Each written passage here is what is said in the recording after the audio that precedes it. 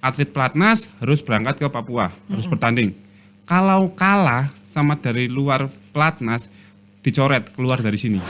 Itu maghrib, ada kabar, telepon bahwa mama masuk ICU. Oke. Nah, dari situ, betul besok saya udah harus berangkat ke Papua. Dan itu menentukan saya masuk pelatnas sekarang apa enggak. Dan waktu itu keputusannya?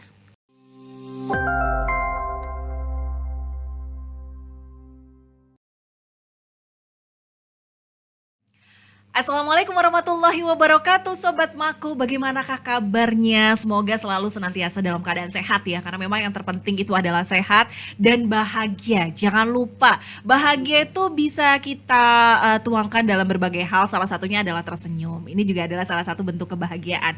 Nah, kembali barengan Vivin Citra yang pastinya untuk podcast kita di hari ini ya Sobat Maku ya. Jadi hari ini saya sudah kedatangan tamu nih spesial banget. Kenapa? Karena hari ini tuh selalu saya tunggu-tunggu dari kapan lalu gitu ya. Kapan ya. Sudah hadir di studio kami gitu ya. Beliau ini adalah atlet disabilitas dari cabang olahraga bulu tangkis. Ada Mas Odi. Apa kabar Mas Odi? Halo, alhamdulillah baik. Aduh, dengan merah ya. Ini berarti semangatnya udah 45 lebih dari 45 gitu ya Mas Odi ya. Iya benar.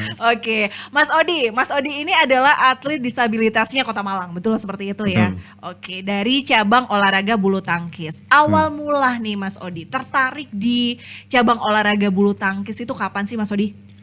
Awalnya sih tidak tertarik. Oh, malah nggak tertarik ya? Nggak tertarik. Oke. Awalnya karena orang tua, mama tepatnya. Iya. Karena mama tahulah anaknya punya keterbatasan, punya kekurangan. Jadi pingin anaknya ini punya kelebihan. Nah, Iya. itu di mana ya gitu kan? Apa ya? Nah, dikatakan mama suka bulu tangkis, kan atlet juga. Oh, atlet kecamatan. Mama atlet bulu tangkis. Luar biasa loh mama ya. Oke. Ya, itu lalu carikan pertama bulu tangkis. Oh, kok kayak kurang sreg. Cari lagi tenis meja, tambah kurang sreg. Atletik kok malah males-malesan. Iya. Jadinya yang kurang sreg aja di bulu tangkis. Oh, waktu itu umur berapa? Umurnya kurang tahu tapi waktu sekolah kelas 1 SD. Oh, SD kelas 1. SD kelas 1. Udah mulai bulu tangkis latihan gitu Ya, ya. benar. Oke. Nah, Mas susah nggak sih kalau misalnya kita gitu ya dari yang berawalnya nggak sreg tadi Mas Odi bilang seperti itu, terus akhirnya tetap ditekuni kayak gitu. Awalnya untuk diri saya sendiri pasti berat. Berat karena kan dulu masih kecil pengennya kan main. Iya. Pulang sekolah main, waktu sekolah main kan.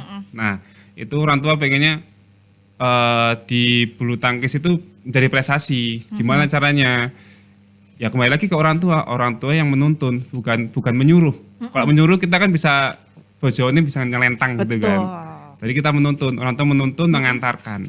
Berangkat dari rumah ke tempat latihan diantar, ditungguin. Sampai baliknya juga. Jadi setiap hari seperti itu. Kadang-kadang juga kan latihan saya jam 2 siang. Pulang sekolah harus tidur.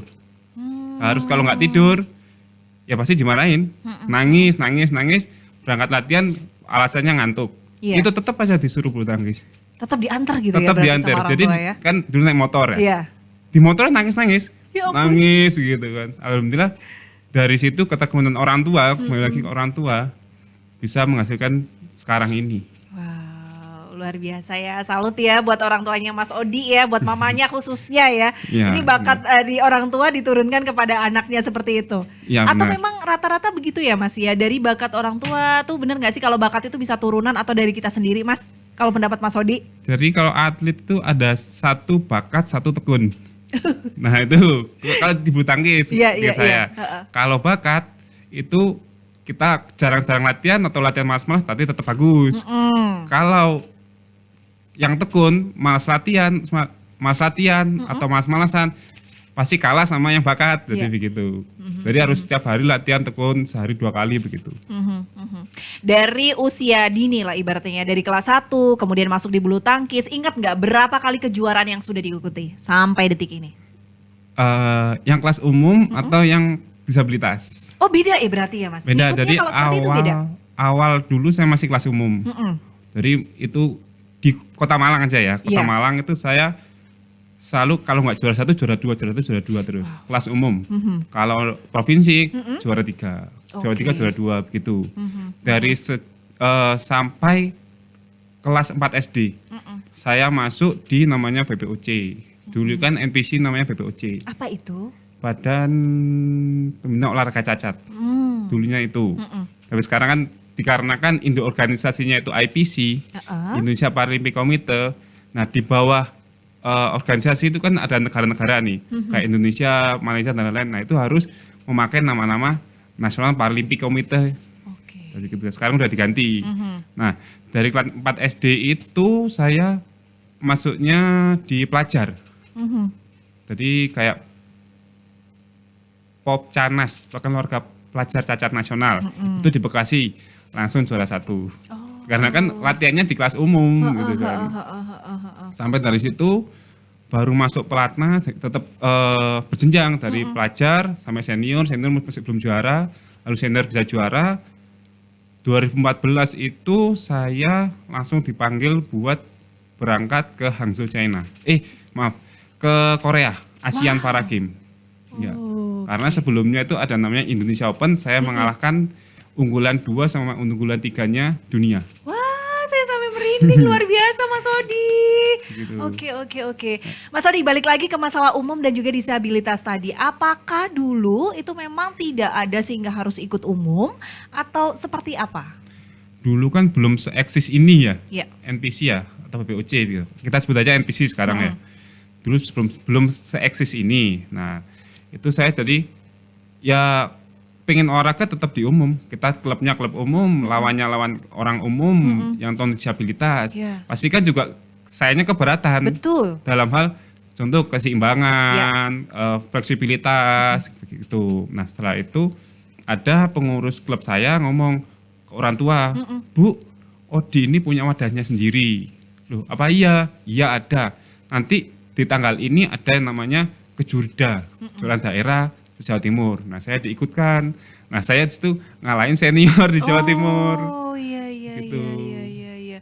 Ini kan otomatis seperti Mas Odi tadi bilang bahwasannya kan tidak mudah ya kalau misalnya kita ikut di umum kan ya, Iya, dengan keterbatasan dan lain sebagainya hal. Pernah nggak sih Mas Odi kayak ada rasa gitu ya dianggap gimana, kemudian masyarakat yang melihat seperti apa dengan kondisi Mas Odi dan lain hal gitu? Pernah waktu itu pertandingan sejauh Bali. Jawa Bali. Itu saya lawan unggulannya di Jawa Timur. Oke. Unggulan Jawa Timur. Dia tuh bilang gini, musuh Odi ya loh. Tangannya kayak gitu. Ya anggapannya tangannya cacat gitu kan. Pastilah aku menang. Ayo berani taruhan berapa? Bilang gitu. Mungkin aku kalahin street set Odi itu bakalan. Ya ternyata bisa rubber set. Wow. Walaupun tetap kalah.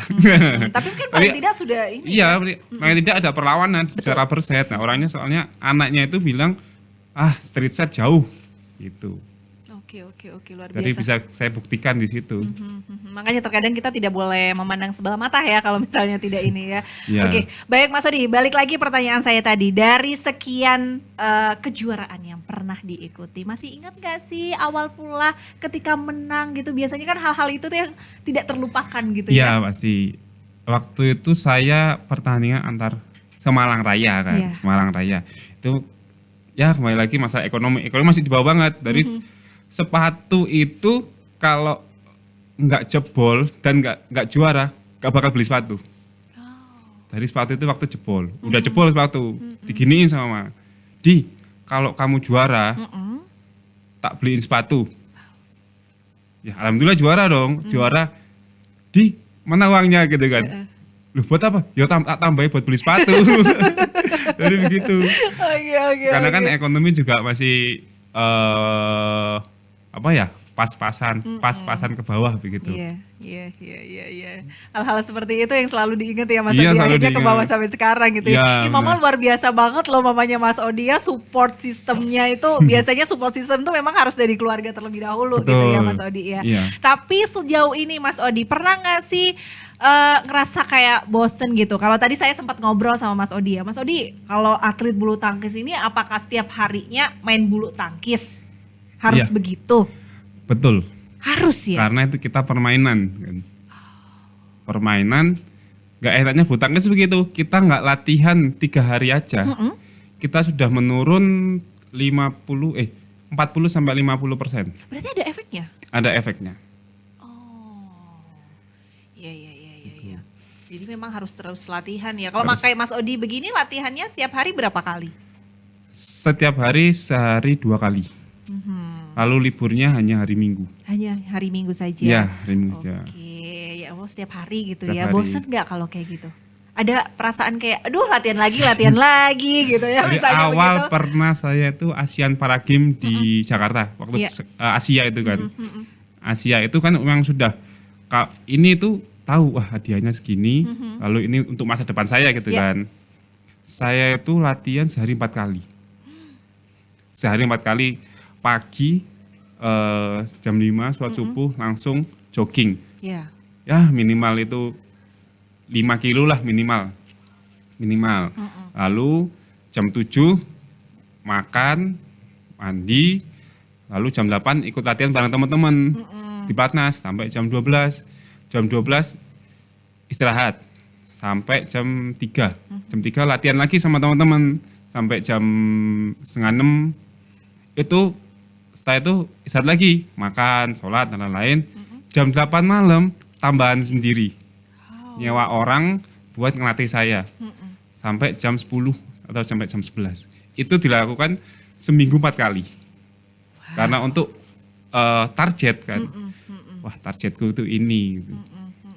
Itu kalau misalnya mau ada kejuaraan, biasanya berarti hal-hal seperti itu yang dilakukan Mas Odi? Benar. Oke. Dan biasanya kan ini otomatis selain terlepas dari kejuaraan yang memang dilakukan secara padat seperti itu, kan setiap hari pasti badminton ya Iya. Mas Odi.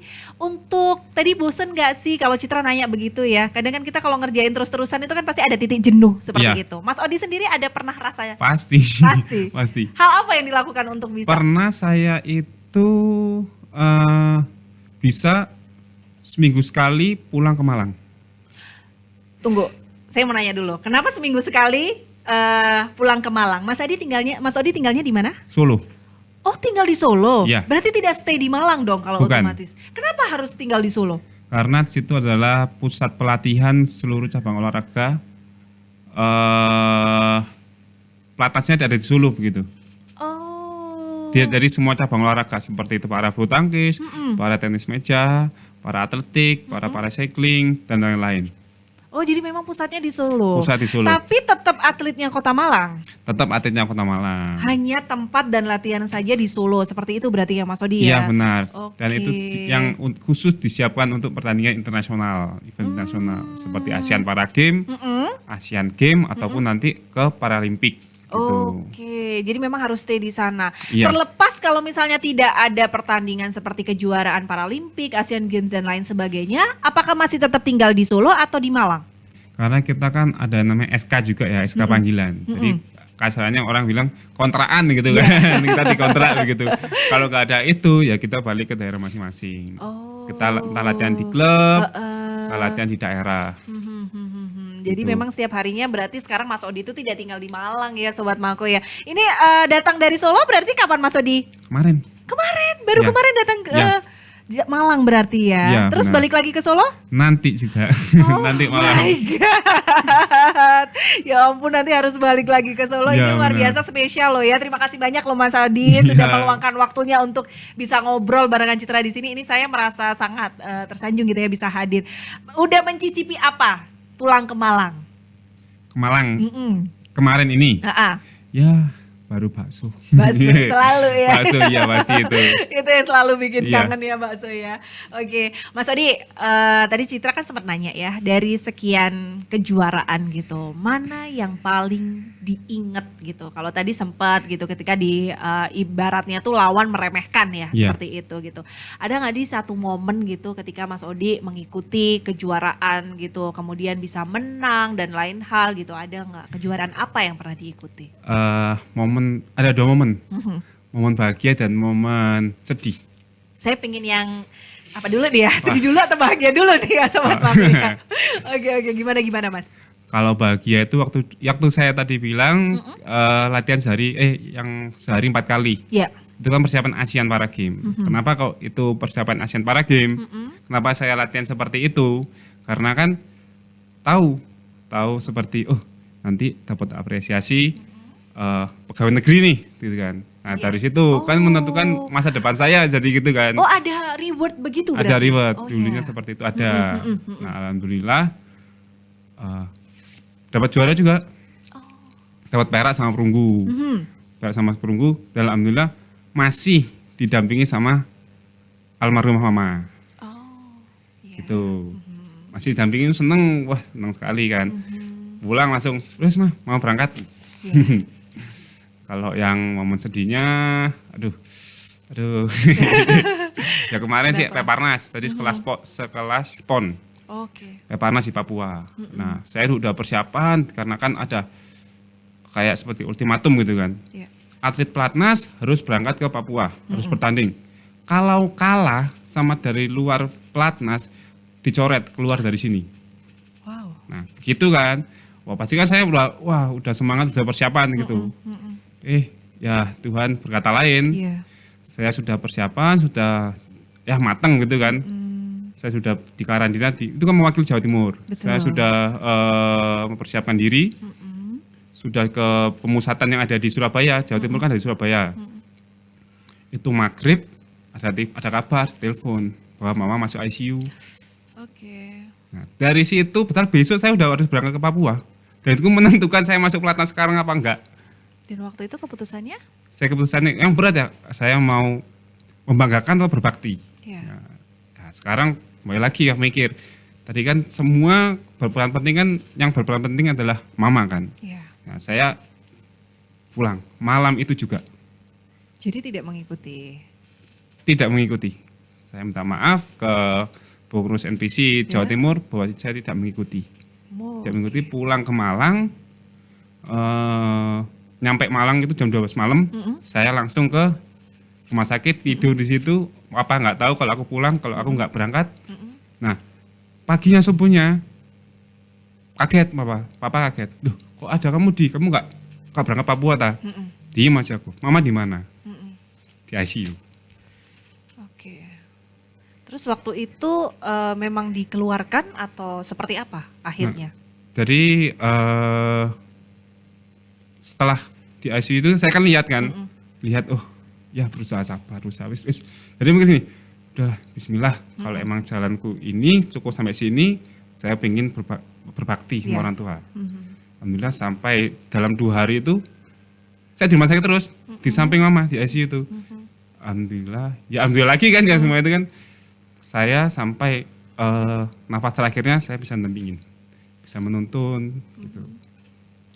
Luar biasa ya. Memang Iya. kalau kita berbicara sosok mama tuh akhirnya kadang bikin kita jadi terharu. Tidak mungkin kita bisa sampai di titik sekarang tanpa ada dukungan dan support seorang mama. Semoga mama diampuni, ditempatkan di, Amin. di surganya Allah.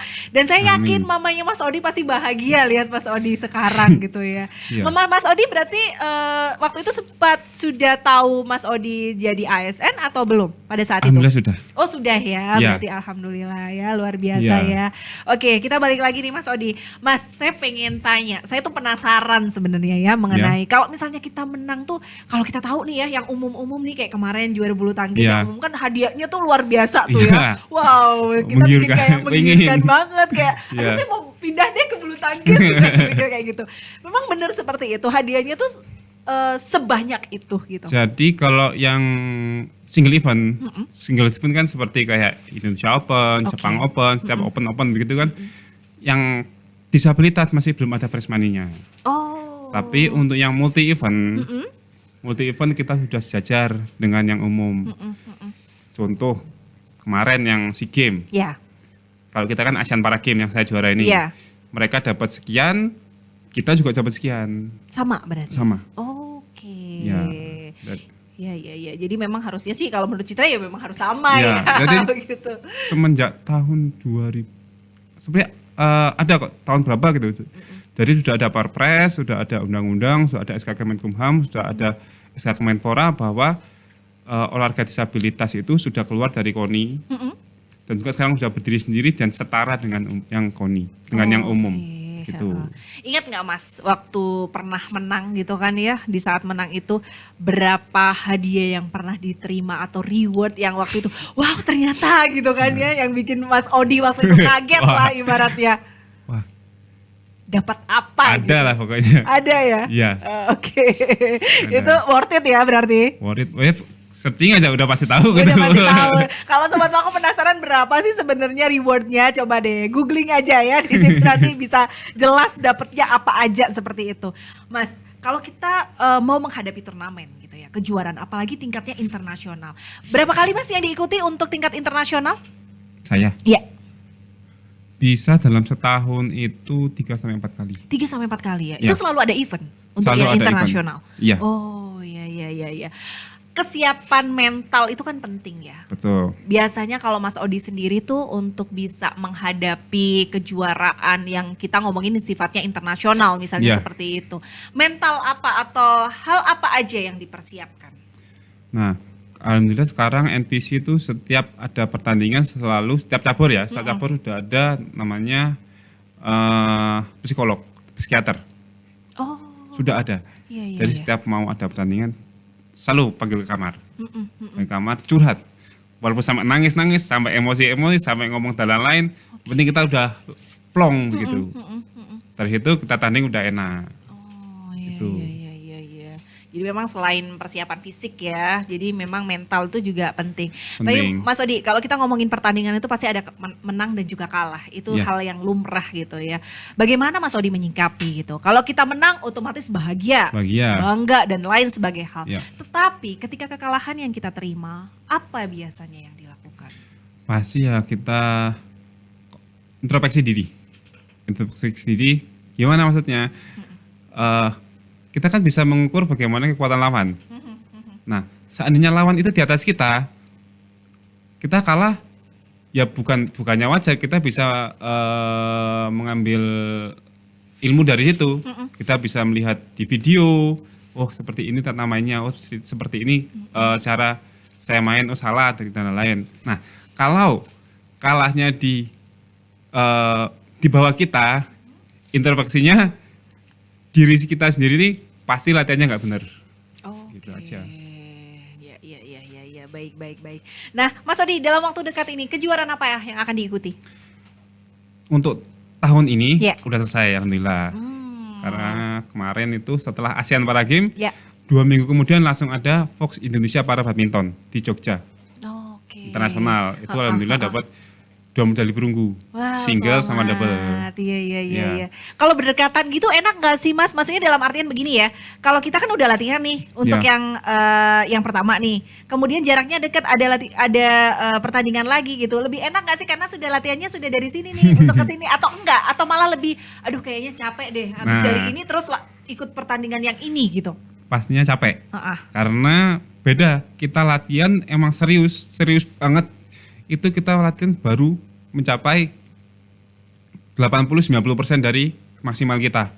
Oke. Kalau latihan, walaupun kita serius sampai wah jatuh dan lain, tapi kalau kita pertandingan Iya. itu bahkan bisa sampai 150% dari kemampuan kita. Karena apa? Satu ketegangan, Betul. kita mikir, kita jatuh dan lain-lain, kan itu lebih apa ya? Lebih terkuras jadinya. Gitu. Luar biasa, tapi hebat loh sampai akhirnya dapat perunggu ya Mas ya, meskipun waktunya mepet-mepet tetap jadi juara seperti itu. Mas Odi, apa yang ingin disampaikan gitu ya? Jujurly, yang seperti Mas Odi itu mungkin banyak di luaran sana, tapi Nah. terkadang orang tua itu belum bisa mendapatkan. Mungkin mamanya Mas Odi hebat, bisa tahu potensi anak dan lain sebagainya. Iya. Gitu. Apa saran dari Mas Odi untuk sobat Mako yang ada di rumah begitu?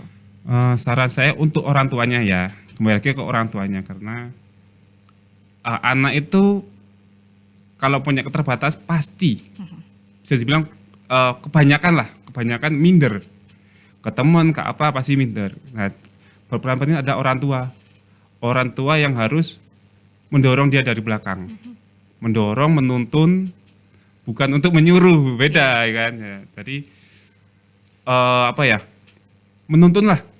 Aku pingin punya gini lah, aku punya anak disabilitas. disabilitas. Jadi aku harus cari, aku yang mencari dan juga membawa anaknya itu, gitu.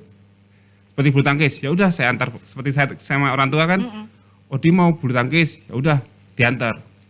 Pagi diantar, datang diantar, pulang bukan dijemput, diantar pulang. Jadi ditunggu sampai selesai. Itu pun setiap hari. Jangan sampai bosen, gitu. Selalu memberi semangat, gitu. Dan juga jangan minder ke teman-teman yang umum. Karena apa? Karena yang disabilitas punya wadah sendiri. Oke. Ya. Nah mungkin teman-teman kalau anaknya itu kalau sudah tahu orang-orang disabilitas, orang-orang di NPC, mungkin anak itu bisa bersyukur. Bersyukurnya apa? Wah alhamdulillah, saya cuma tangan aja. Ada teman kita yang nggak punya tangan, nggak punya kaki, tapi dia semangat untuk olahraga. Oke, baik. Kalau di Malang sendiri sebenarnya ada nggak sih ini tempatnya, Mas? Wadahnya mungkin sebagian besar orang tua gitu ya, atau sobat Mako yang ada di rumah kan taunya hanya yang bulu tangkis klub-klub umum gitu ya. Untuk disabilitas sendiri, apakah ada klubnya di Malang? Untuk klubnya kita masih belum ada, tapi kita masih berusaha untuk bekerjasama dengan pihak Disporapar untuk meminta sarana dan prasarana, fasilitas untuk latihan bersama, entah seminggu sekali, entah seminggu 2 kali itu latihan bersama. Ada yang atletik, ada yang bulu tangkis, ada yang tenis meja, ada yang renang, karena sudah ada tempatnya begitu kan. Ada yang di Gajayana, ada yang di Kenarok gitu. Oh, jadi tempatnya boleh ya Sobat Mako yang kalau misalnya cari-cari di mana sih wadahnya untuk atlet disabilitas ini, boleh ke Disporapar ya. Ada di lokasinya kalau untuk latihannya di Gajayana sama di Gor Kenarok seperti itu. Baiklah kalau begitu ya. Mungkin yang terakhir ada yang ingin disampaikan untuk Sobat Mako, Mas Odi, support sistemnya, tipsnya pingin kayak Mas Odi itu kayak gimana? Silahkan. Jadi untuk teman-teman disabilitas, jangan hitung berapa kekurangan ada dirimu, tapi hitunglah berapa yang bisa kamu banggakan untuk keluarga dan negara ini. Gitu. Wow, luar biasa ya. Mas Odi sekali lagi terima kasih banyak ya. Ini juga Mas Odi juga salah satu yang bisa jadi motivator kita semuanya ya Sobat Mako ya.